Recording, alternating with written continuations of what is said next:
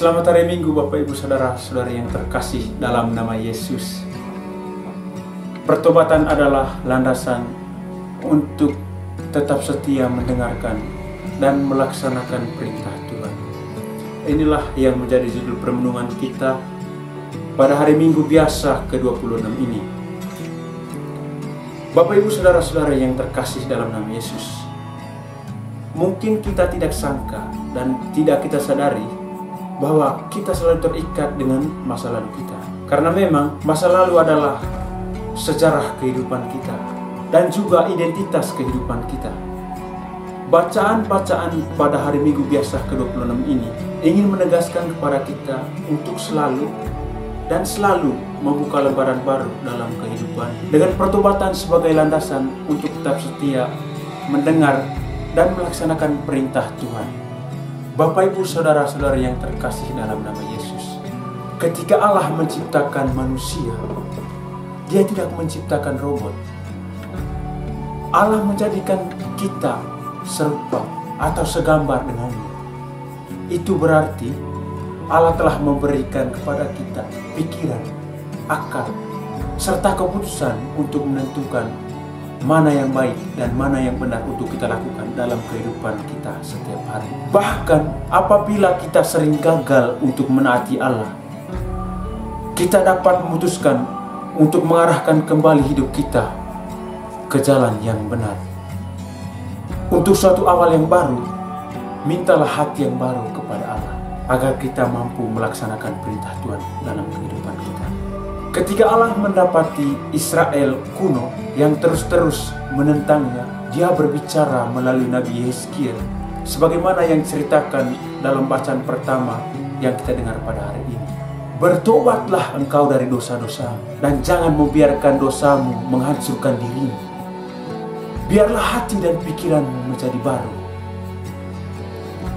Bapak Ibu, Saudara-saudari yang terkasih dalam nama Yesus, perubahan dan pertobatan itu dimulai cukup dengan satu hal saja. Apa itu? Biarkan hidup kita dituntun oleh Roh Kudus agar kita mampu melaksanakan perintah sebagaimana yang dikisahkan dalam perumpamaan Injil Matius yang kita dengar pada hari ini. Tetapi apa pendapatmu tentang ini? Seorang mempunyai dua anak laki-laki dan dia pergi ke anak sulung dan berkata kepadanya, "Anakku, pergilah dan bekerjalah di kebun anggur." Dan anak itu menjawab, "Ya Bapa," tetapi dia tidak pergi ke kebun anggur tersebut. Lalu kemudian dia pergi ke anak yang kedua dan mengatakan hal yang sama. Dan apa jawaban anak tersebut? "Bapak, saya tidak mau."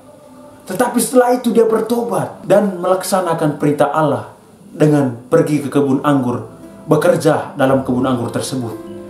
Cerita ini sungguh mengagumkan kita apabila kita mengerti konteksnya. Kepada siapa Yesus berbicara? Kepada siapa Yesus menyampaikan perumpamaan ini? Tentulah kepada orang-orang Yahudi, kepada tua-tua, kepada imam-imam kepala, dan yang mengerti tentang perumpamaan ini.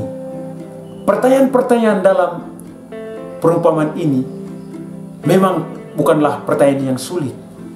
Tetapi Bapak Ibu Saudara-saudari yang terkasih dalam nama Yesus, Yesus punya maksud lain di balik pertanyaan ini. Dengan mengecam atau mengatakan kepada tua-tua itu atau kepada imam-imam kepala itu, "Sesungguhnya pemungut-pemungut cukai dan juga perempuan-perempuan sundal akan mendahului kalian masuk dalam kerajaan Allah."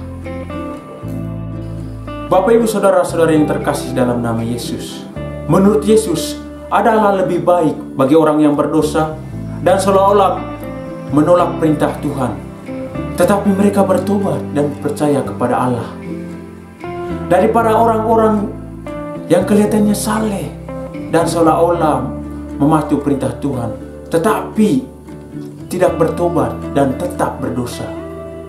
Ditekankan Yesus bahwa orang yang hatinya bertobat dan benar-benar melakukan perintah Tuhan, bukan hanya di mulut saja, mereka itulah yang terlebih dahulu masuk dalam kerajaan surga. Dengan demikian, orang yang terdahulu akan menjadi yang terakhir, dan orang yang terakhir akan menjadi yang terdahulu. Bapak Ibu saudara-saudari yang terkasih dalam nama Yesus, pesan yang mau disampaikan dari bacaan-bacaan yang kita dengar pada hari ini adalah agar kita menjadi pelaku firman Tuhan dalam kehidupan kita. Jangan berkata dengan mulut ya, tetapi dalam kenyataan tidak melakukan perintah Tuhan itu. Dalam hal ini, ada orang-orang yang melupakan janjinya, kesediaannya, dan komitmennya kepada Tuhan. Maka marilah kita teliti, apakah ada janji, kesediaan, dan komitmen yang kita lupakan. Baik itu dalam hal mengampuni, dalam hal persepuluhan, dalam hal melayani. Jika ada, segeralah bertobat.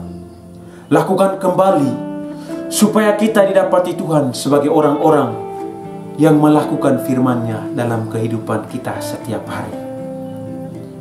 Semoga kita mampu melakukan perintah Tuhan dalam kehidupan kita dengan pertobatan sebagai landasan untuk tetap setia mendengarkan dan melaksanakan perintah Tuhan. Semoga kita mampu melakukannya. Amin. Horas, Yahoo, maju-maju, pace bene.